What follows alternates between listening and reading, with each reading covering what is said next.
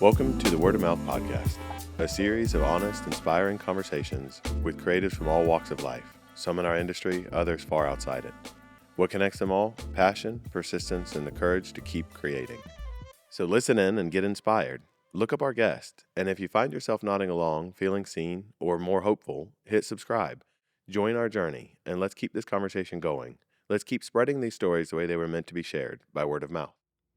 Welcome to another episode of the Word of Mouth Podcast presented by Johnny Davis Digital Solutions. Today we are joined in our studio with a really cool guest, and I was so excited when Johnny told me that you agreed to join us.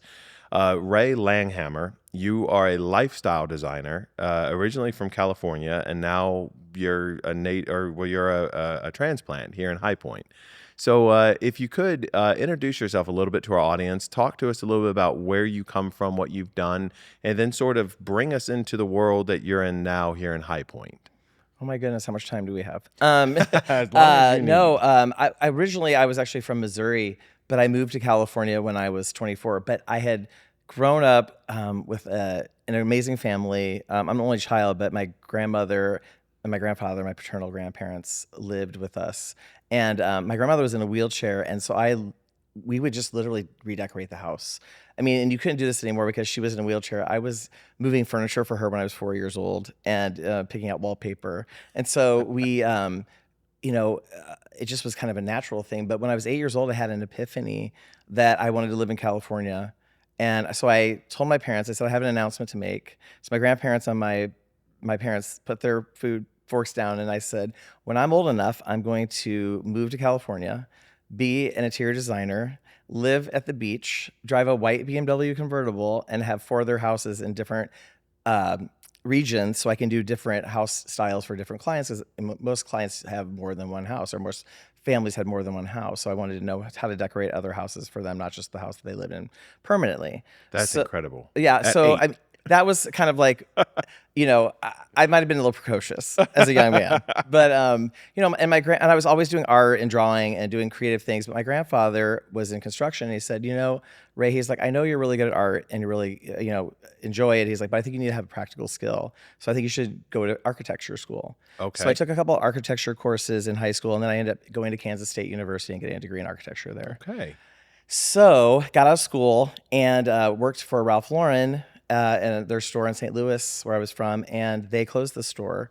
And they said, we'll move you anywhere you want to live if you work for Ralph Lauren. So I said, I want to live in California. So they moved me to California when I was 24 years old. That's incredible. Yeah, it was. And then that started my kind of world. And so I moved there in January of 1994.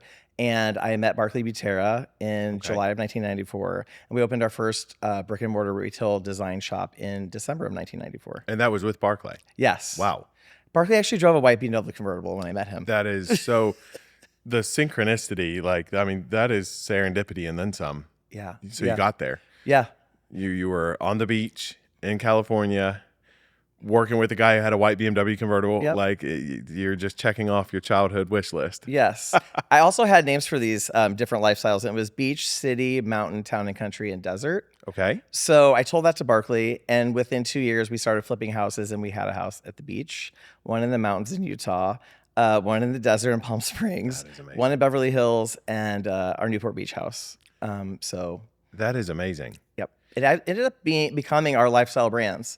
So we started designing products, and we ended up having 5 brick and mortars, and we were designing lines for 8 different lines of rugs, wallpaper, lighting. Wow. Yeah. So, and they're all named Beach, City, Mountain, Town, and Country, Desert. Yep. I'm actually familiar with like the Park City lines and some of the other lines that Barclay still currently has. And you're right, they all fit. They fit within a geographical target.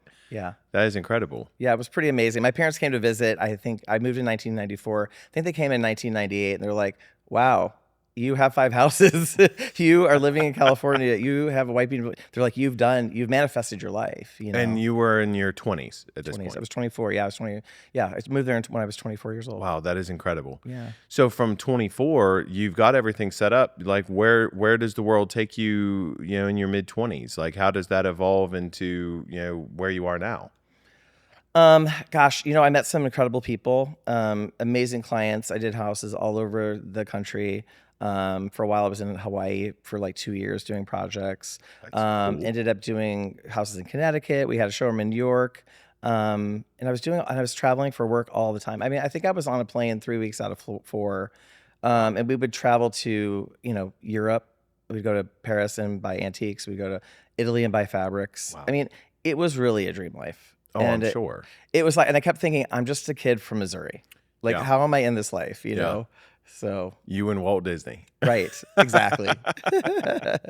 So on your website, and when I was doing some research, kind of prepare for this podcast, you list yourself as a lifestyle designer.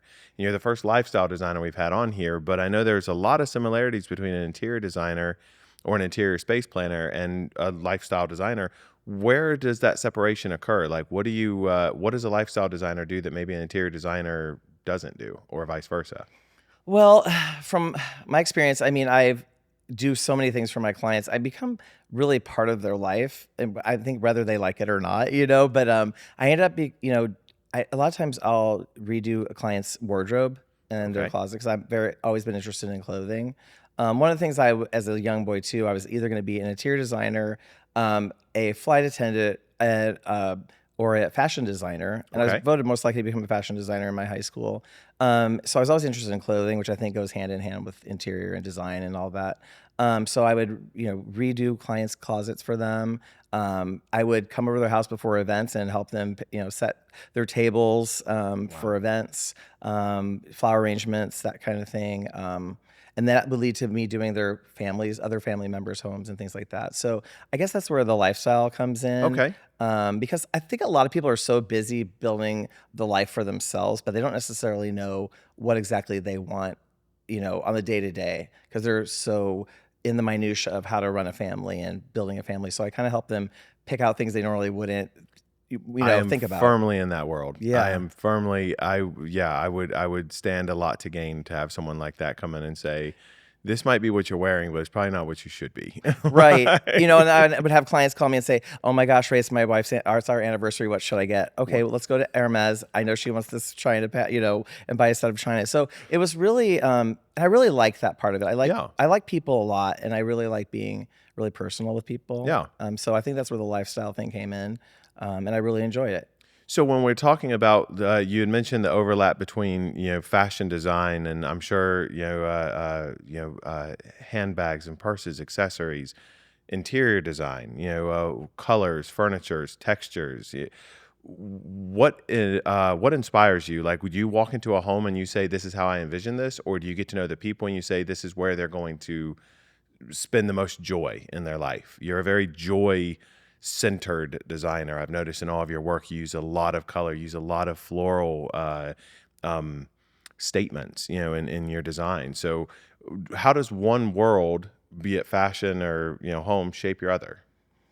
I think you said it best. I mean, joy and fun are part of like the name of the game for me. Okay. And when I meet people, I do have a really incredible sense of intuition. Okay. When I meet someone and I kind of look at how they interact, and I always look at, I design a lot of closets for wives because they have a lot of bags, as you said, and a lot of clothes. So, and I pick things out from what they are wearing a lot of times, Okay. and what they like, which I think totally expands into the home.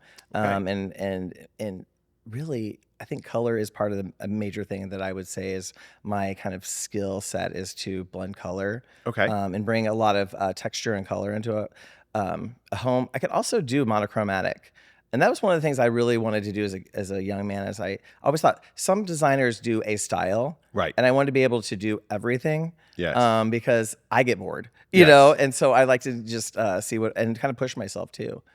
That's cool. So when you talk about like the monochromatic, you're pushing yourself into a box and then trying to be creative within that box.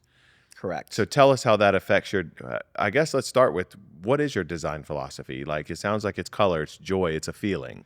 I always tell people, I'm like, this is a fun process, because the last thing you want to do is make someone have to work harder Right. when they're trying to live their life and have a career. The last thing I want a husband to do is come home and think he has to work harder. So I just try to make it fun, and I think that I really enjoy bringing a smile to people's faces and kind of pushing them outside of their box, and saying, hey, let's try this. The two things you don't say to a husband is throw pillows and wallpaper. So you will get completely shut down. So I always say, listen, live with it for 48 hours. And if you hate it, I will take it back. If you hate this wall covering, I like to call it wall covering. So wallpaper sends them right to their younger years when they were a kid and their mom put some hideous wallpaper in their room. Absolutely. And they have PTSD. So I would say wall covering. I said, I will personally take it down myself and put whatever you want up, which gives them a total out. I'm sure. And 9 times out of 10, they end up liking it. I was going to say it takes that gamble. That's there's so many aspects of our lives. I think that we get into a period of comfort and we say, well, I know what this is and I don't want to do anything else. I don't, like wall coverings or, certain paint colors, even certain things that we wear. I'm resistant to that change myself. But I think it does help having someone that you see of as an asset. You're taking work off of them. You're not creating work for them. You're coming in and saying, how can I simplify your life while still beautifying it? And I think that you had mentioned earlier that you're very intuitive. Do you feel like you are able to read those people, the husbands and the wives and the family, and kind of say, okay, this is sort of where I place you in this world. This is where you're going to thrive? Yeah, I also think Barclay coined this phrase at one time, Barclay Butera, we're therapists for the home. I mean, really, you're not an interior designer. You're really like a marriage and family counselor at that point. And you're really just trying to navigate everyone liking this. And because the last thing I want to do is have someone arguing over interior design or wall coverings or whatever. That's not the point of it, And also, I think if you take the permanence away from people, like this isn't permanent. You're not stuck with it forever. Right. This can be changed. It's not a big deal. And I always say there's nothing like a fresh coat of paint to change someone's perspective. That's very true. So, I think that is also helpful in the psychology of design and lifestyle design, is that you're not stuck with this. So can you walk us through, like, as we're talking about this, is there a project that's kind of standing out in your head where like this kind of came through, or something that, you've done in your past where you think, this is a perfect example of what I'm talking about? Well, that's a great question. I've done so many projects. There is a project that I did in Steamboat Springs, Colorado, and it was a 12,000 square foot log home for a couple. And, it was one of those projects that there was never a budget discussed, and so there was never one really put down. But it was such an amazing home. It was built in the 80s, and they bought it in 2018. Okay. And it was finished by 2019. But it was such a big home that we added a movie theater, an extra kitchen, an elevator. It was 3 stories. And at the day they signed the escrow papers, they found out they had a, what do they call it? A doomsday thing on your property. Oh, like a bunker, like a bunker. prepper. Yeah. They found out they had a bunker for 100 people on the property. And you would drive down this little narrow gravel road and there'd be like an outhouse, and you'd open the door and there's this huge hole that you'd open and you go down in it, and there was just like a whole nother house. Oh my gosh. That's incredible. It was amazing. And it had water and food and the whole thing. It was just amazing. They didn't even know it was there. They didn't know it was there. And they disclosed it the last day of signing the paper. I don't know how you do that. Maybe in Colorado, there's a different set of rules. Colorado but you couldn't pull that stuff in California for sure. So, yeah. No, I could not imagine buying a home in California and learning you had a World War II bunker, in your backyard. Yeah. So so when you're approaching this project, for instance, it's a log home. So this is where your mountain view idea comes in. Right. So when you get to the home, what do you do first? Do you just be in the home and kind of see what's speaking to you, or do you go in with sort of a set of mood boards or something and kind of say, okay, this is sort of what I want to do here? Or do you allow the experience to shape your approach to it? Luckily, in this case, I had a log home of my own. Okay. And the client had seen it in one of our coffee table books, and she really liked it. So, and she was a big lover of Ralph Lauren, and she is amazing. She collects Louis Vuitton trunks, so we used Louis Vuitton trunks as like coffee tables and end tables. And it was one of those projects that you get in your lifetime that you're just like, how did I luck out? I'm so blessed to have this project and this client. And she really was into it, and so was her husband. So we found artists who did this incredible art, and it was war horses, Indian war horses, and he would paint these horses and photograph them. And he actually came to the property and hung them for us. We bought probably 20.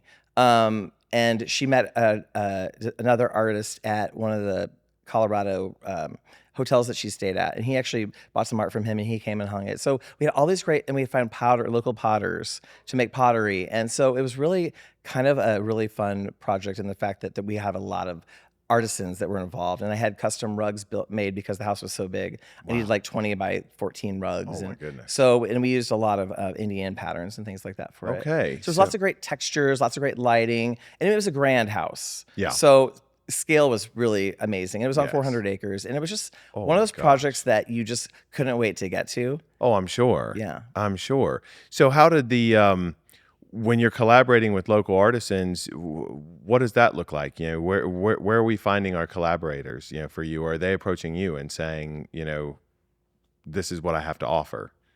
Well, I'm glad you asked that, Ken.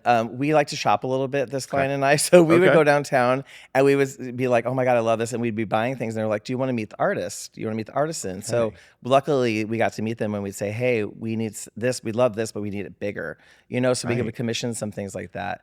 And I'm not a really quiet person, as you might have noticed. So I talk really loud. So people hear me talking, then they come out and I end up, you know, my friend always says, she's like, Ray, she's like, if we go into this store, can we not talk to every single person in the store? And I'm like, well, I never do that. She's like, you do it all the time, you know? So I end up meeting a lot of people that way. And so it's really fun. And I just enjoy meeting new people. Yes. You know, as an only child, I didn't have brothers and sisters, so I was always talking to random strangers. It really benefited me in my lifetime.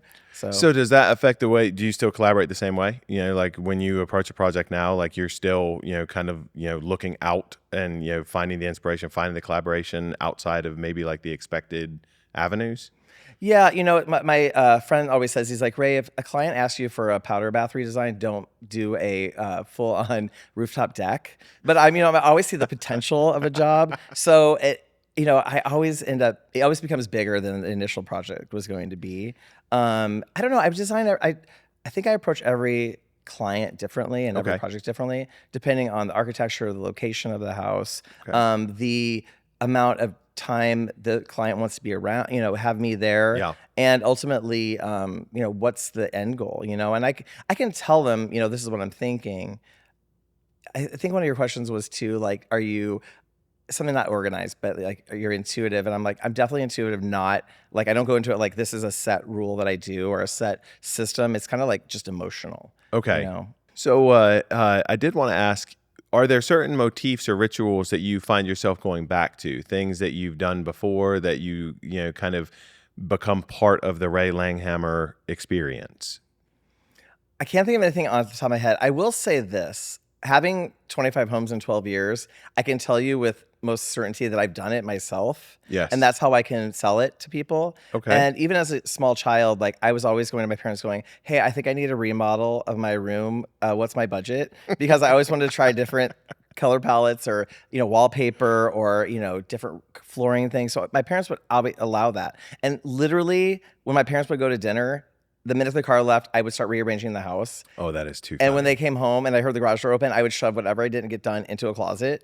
So funny. They would come in and they'd be like, oh my gosh, I love having our bedroom in the living room. That's such a great idea. You know, and I have to give my parents credit where credit's due. They never said, that's hideous, change it back. That is so incredibly supportive. And it's so important, you know, for a creative, especially as a child, you know, they could have sent you in one of two completely different directions, where you see the world as like an open canvas or you see the world as a closed door, you know, and it's very cool to hear that, you know, in, you know, Missouri, you know, growing up, that they saw innate talent in you. They saw like the ability to express yourself, and they encouraged that instead of, you know, either accidentally or on purpose. You know, everyone in the studio knows this, but I'm left-handed, and my parents fought me my entire childhood. And to this day, my mom will actually say that one of her deepest regrets is that she was never able to convince me to be right-handed. Oh my gosh.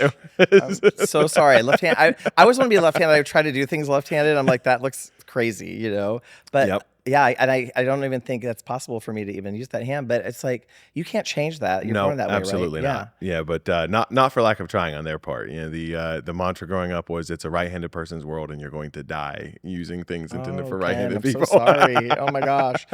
Yeah, I can tell you with most certainty that I was an only child, and I'm sure if I had other brothers and sisters, that would have not have gone over well. That's probably true. But I think that they thought we got one. Let's help him out, That And is very I think I true. was so precocious they were probably scared of me It's because I was probably- doing it no matter what. Yep. Yeah. There's no stopping it. Yeah, for sure. And like when we had relatives come over, I'd pack my bag and I'd be like, I'm going home with you.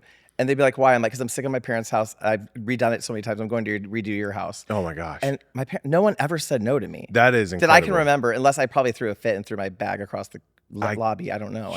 I cannot imagine, I have a 10-year-old. I cannot imagine him saying, I'm going to stay with these people so I can redesign their house. Like, no. You could see why that might have been a little, like they might have been a little frightened to say no if I was that determined. The audacity of a child saying like, you've tried to do this, but you didn't do it well yourself. Let me go ahead and fix this for you. Yeah.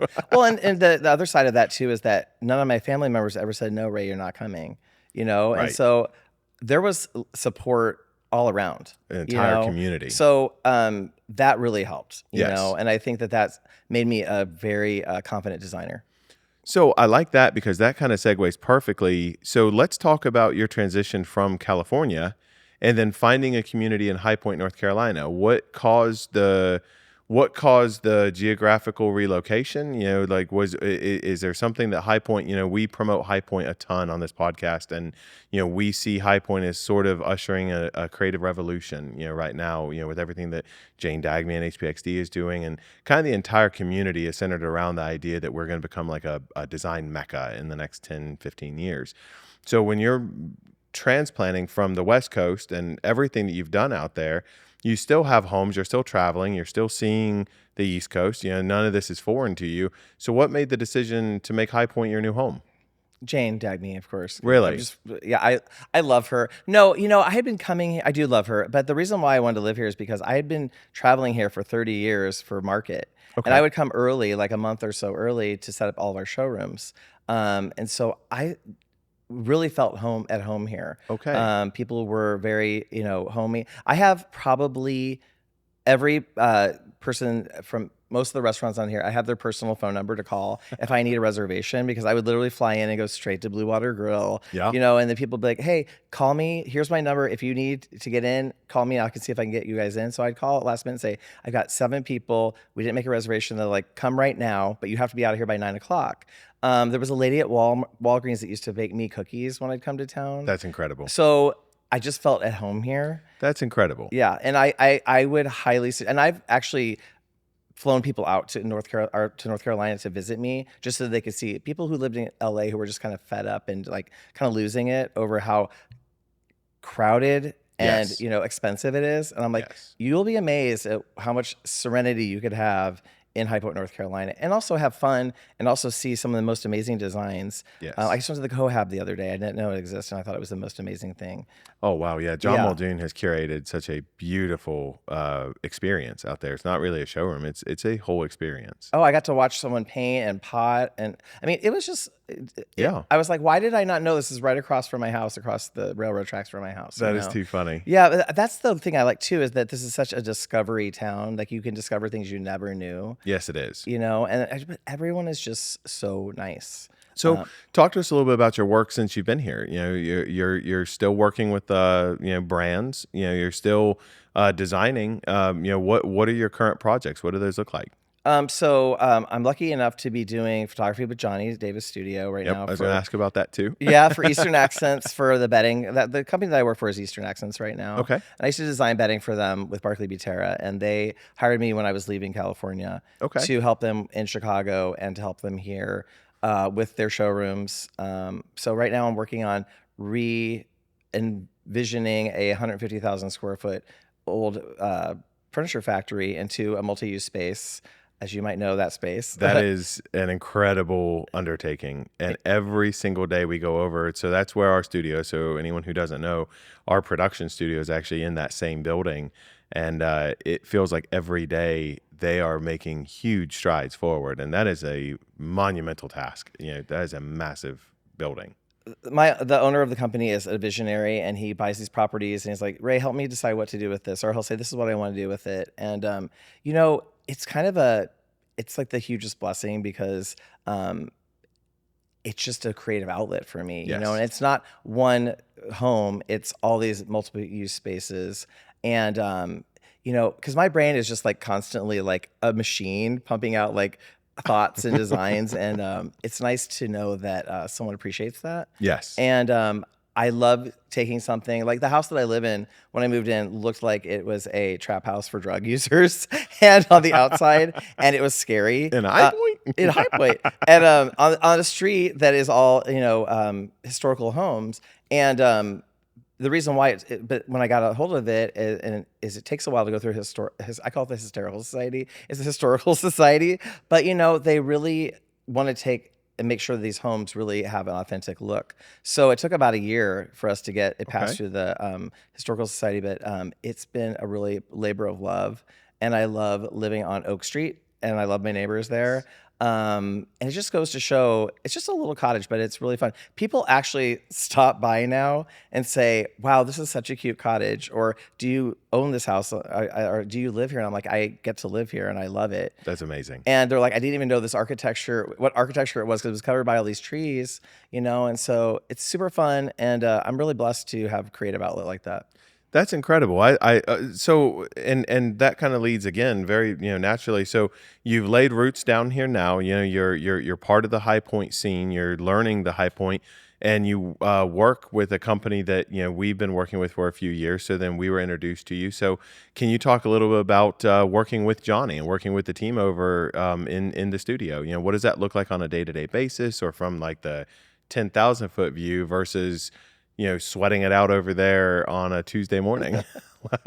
Well, what's so nice about it is that all of our product that we use is literally steps away. Yes. So it's easy to get it to the space. But I met Johnny doing, he was photographing a party at Pandora's Manor, which I also work at here in town.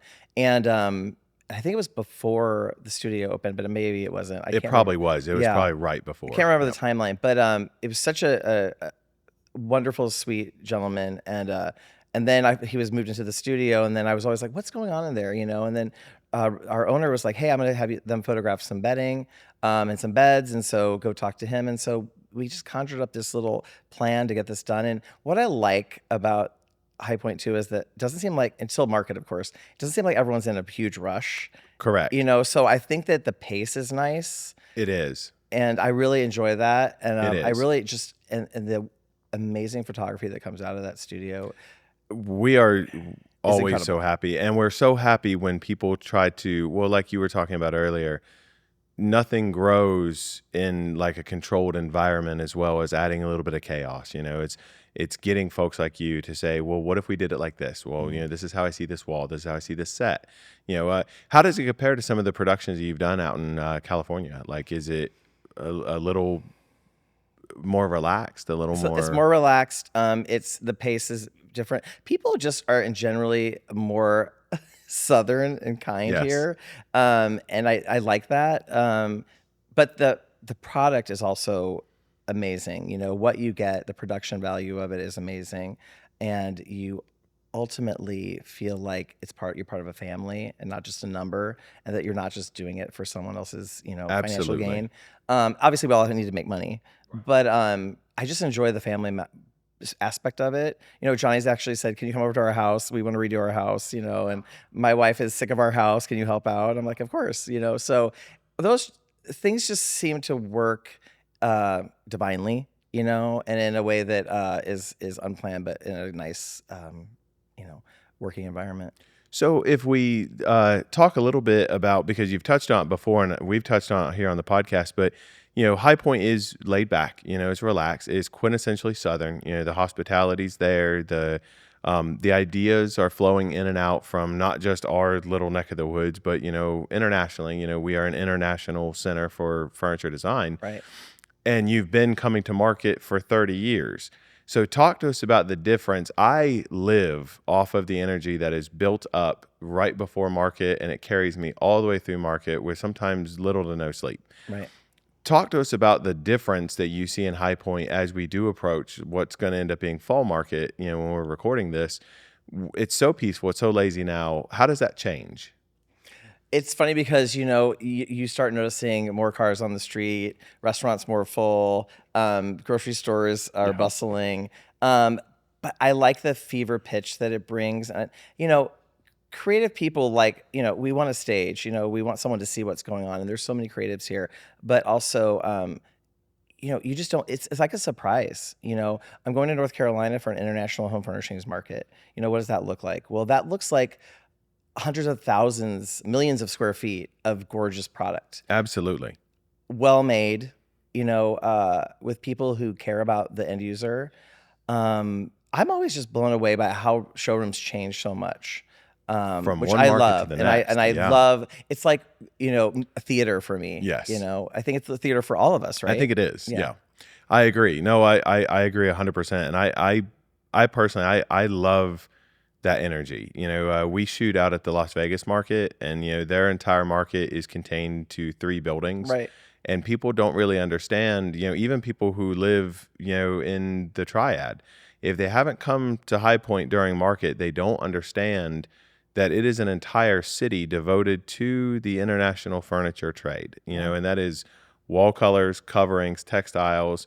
It plays into the High Point fashion, show that is held here. There's all walks of creators and creatives that, either temporarily or seasonally or just market by market will call this sort of their extended home. And I think it's because they are able to come in from wherever they're coming from. And they're able to find this small community and environment. Community. I was gonna say Yes, community, yeah. Community, I think community does fit, because we look forward to seeing some of the folks that we see 2 times a year. And we look forward to, we'll text and email throughout the entire calendar year, waiting for that opportunity to say hi in person. And then we may not see them again until the next market. But yeah, it's been someone has also oftentimes likened it to the Academy Awards of the furniture industry. I like that. Yeah. I think that's what we have. Yeah. If I may say, I think it's true. I love that. I haven't heard that, but I'm definitely going to co-sign and steal that 100%. The Academy Awards of furniture. Yes. I mean, it is, and it is incredible. It's incredible when you've been in this industry long enough to start seeing some of the notable movies, Hollywood movies that are using Phillips Collection seatbelt chairs, or a tabletop accessory that's in an attorney's office, that won a Pinnacle Award. Is that why Hollywood's using it? That's a very notable, piece of furniture in our world. So it is nice to see it kind of bleed out into the far-reaching world. To shift a little bit from the conversation of market, but kind of staying within our industry and within your the aspirational, the inspirational part of what we're looking at, you had a very clear direction from your childhood on. You knew what you were going to do. What advice do you give to the person who is working in their room right now, whether they're in high school or college, or they're a hobbyist? That they think, maybe they've been tasked by some of their friends or neighbors and said, I love what you did to your house. Do you mind coming over to my house? What's their next step look like for them? Well, I always tell people just say yes, because the experience is the best. Photograph all your work. Obviously you need to get permission from the homeowner, but have that document. Have that. You need that media. Right. And film things. And, luckily we're in the age of, when everyone films everything. So, we're lucky to have, at Barclay B. Terra, we had a huge breadth of our work. And, I was really into social media when I was leaving, before I left California. It was a full-time job. I was like, I don't think I have time to do interior design because I'm doing so much social media, And, but to this day, people stop me, and I used to do this thing called Trash Day, because I was during quarantine, and my social media person said, I need content. I'm like, taking out my trash and walking my dog. She's like, send it to me and I'll make something out of it. People come up to me at airports and they're like, you need to bring back Trash Day. I'm like, if Trash Day paid my bills, I would do Trash Day, but it doesn't. But it was fun. And it was just a way to, my social media during quarantine was all about fun and getting our mind off of what was going on in the world, Yes. and that's all I cared about. Yes. And I was busier during quarantine than I was ever in my life. Because people don't live in California. They're like, go to my house, check out my house, change whatever you want, bill me for Right. it. So I was always busy, and I could do it because no one was at their house, so I didn't have to worry about, quarantine and the whole thing. So. And I think that, there's some similarities to the environment that we live in now to that, where one, social media is not going away. We end up doing full-time jobs, trying to capture the voice behind, the who behind the do is the way I put it, and that's a full-time job. Mm-hmm. We've spoken to interior designers before, and I think looking at someone's project is almost like looking into a very well curated museum exhibit that you get to live in. But is it hard to convince the people to live in their space when they're done? Not really. I No? mean, I try to design everything to be totally livable. I want it to be beautiful, but I want it to be livable. And I don't expect everyone to live like I live. Like my mom, when I lived with my mother, when I first came home for a moment, she's like, Ray, we're not waiting for Architectural Digest to show up and film your photograph of our house. I'm like, well, clearly you're not. But she's like, we just don't live that way. My house looks like someone's expected to come over at any moment for Okay. a dinner party, and it's almost ridiculous. But that's how I just see the world. Like I'm ready for a photo shoot. I'm ready for a film. I'm ready for social media. So I think that's great, but you do encourage people, like and I like your statement of the temperament or temperance. That this is not a permanent addition to your house. The colors can change. You're encouraging them to interact with their environment with the idea that they will continue to evolve. Do you get return work from that? Like, do you have people that say, you did our home 5 years ago and it looked amazing, but now we've got grandchildren, or, we're downsizing, or we're buying a vacation home. We wanted you to put that special Langhammer touch on that too. Yeah, I'm blessed to have clients who have had me do several homes for them. Okay. It's funny because they'll call me from a vacation home, like their ski house in Mammoth or their Hawaii house, and they'll be like, we just want you to know how much we love our house. That's amazing. And I think that that's the biggest gift in the whole world. I might start crying because that really is what you want from your client, right? Oh, absolutely. And for sure. and I put a little bit of me in that, because I'm like, how would I live here, and how this person, and just a really quick side note. When I was living in California, the last house I lived in, I had 3 roommates because I had a 6-bedroom house.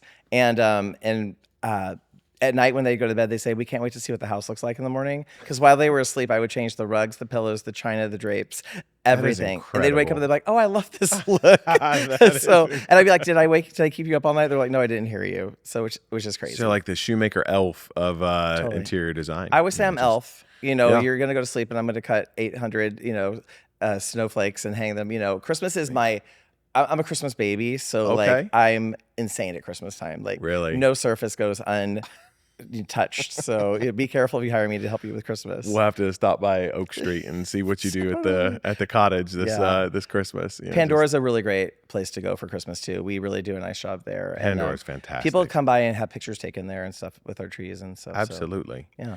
So what are your next couple projects? Because I did want to promote Pandora's and the work you've done over there, and I do want to give links on the episode to not just Pandora's, but to your social media, to the projects that you have coming out. What are you excited about? Midsummer, end of 2025. So I've been working on a house in Chicago for my boss's son, and with Louise, who's the creative director of Eastern Accents, and she was just over there today shooting some draperies for their catalog, and she's Okay. like, we did a really good job on this house. I'm like, yes, we did. So I'm really looking forward to that. I'm really looking forward to getting some momentum on the project and where the studio is, Johnny's studio. That's incredible. So getting some permits and getting some real things going there. We're opening an outlet store there. I've been working on that too. That's incredible. Yeah. So I have a lot going on, in that respect. My life's a little different now. Like I'm going to be 57 this year, and I'm like, I like a little slower pace, but Absolutely. yeah, I have some energy, but every once in a while I'm like, You have a lot of energy. Yeah. Absolutely. Like, and there is definitely like an exuberance, but there's a passion behind everything that you're doing, even talking to you about it. Yeah, it's exciting. And I think that our viewers, I think that the people that are tuning into this episode, I want them to see your world. Where can they find where you are? Where your different projects are. Like, is Instagram probably the best place to follow you on the day in, day out? Yeah, probably. And what is that handle? We'll put it up at the end of our episode. Okay, it's also. Ray Langhammer Designs. Ray Langhammer Designs. Mhm. Okay. Yeah. That's fantastic. So as we're kind of rounding out the episode, is there anything else you did want to talk about or mention, or anything that, maybe I forgot to, mention within the interview? If it's something that goes more organically earlier, we can always just seam it in. I can't think of anything really major. I think you covered everything really Okay. well, except that the shirt is from Target. Well, I love the shirt. I figured that the shirt, we would just put like a shoppable link in the episode. Right, So yeah. people would just I click mean, on it. It goes to... I almost wore my SpongeBob SquarePants shirt from Target today, but Me I thought too. I'm glad we I'm didn't. so glad you didn't wear it. No, like I said, I think that you might have noticed my wardrobe has changed quite a bit It from has changed drastically. moving Yes. away from California, and I'm just a little bit more casual nowadays. And Tapping into the North Carolina lifestyle. yeah, I mean, of course, during market, you're going to see me a little bit more Of course. classed up. But for these hot days in North Carolina and the work I do, this is just perfect. So That's great. Well, Ray, thank you so much for joining us today. I was excited for this. Johnny mentioned it kind of last minute. You were able to work into our schedule. It was kind of a last minute request, but you were, so accommodating, so gracious with your time. And I feel like this is a very good conversation in the fact that it's organic, in the fact that I feel like I could talk to you for another 2 or 3 hours and the listeners and the viewers would just be more and more and more motivated and inspired by, not just what you have done, but the way you see the world. So thank you very much for bringing some of that to us today. well, thank you for having me. I really enjoyed it. All right, perfect.